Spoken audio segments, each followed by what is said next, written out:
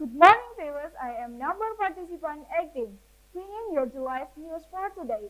The pandemic effect on education is not being discussed enough, say Indonesian minister.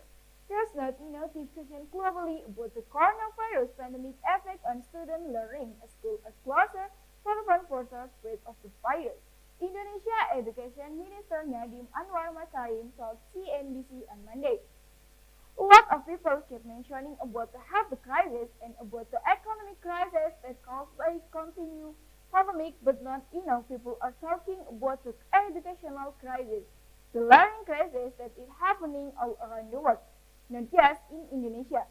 The minister was CNBC, so we really have to find the right balance between the health crisis as well as the educational crisis as leaders, he said ahead of the virtual Singapore summit happening this week. Currently, schools in more than 50 countries remain fully closed, affecting over 800 million students globally, according to data by the United Nations Educational, Scientific and Cultural Organization or UNESCO. To ensure that students can continue their education during school closure, many countries move teaching online. But the arrangement could leave some students behind, especially those who have limited access to the internet.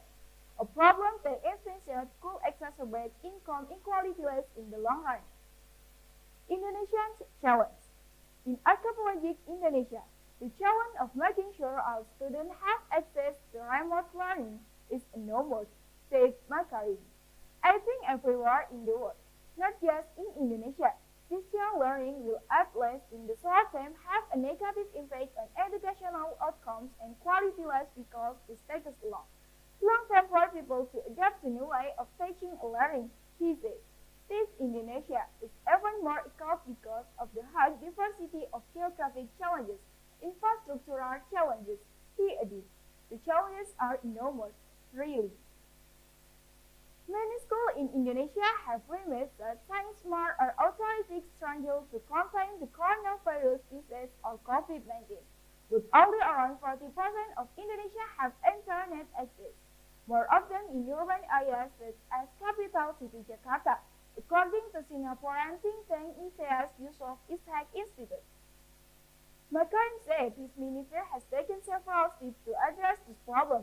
The ministry also said Indonesia has reopened some schools in the country's foreign and more marginalized region where the risks of COVID-19 spread to access to be relatively low.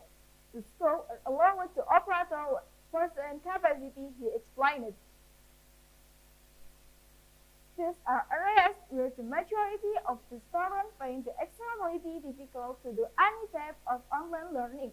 For those kids that have little access to internet, when there will be electricity, we have to make sure we don't get left behind even further, he said.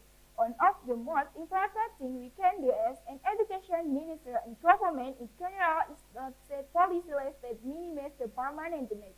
What we don't want to see is a loss of entire generation and the gap between have and have not becoming insurmountable.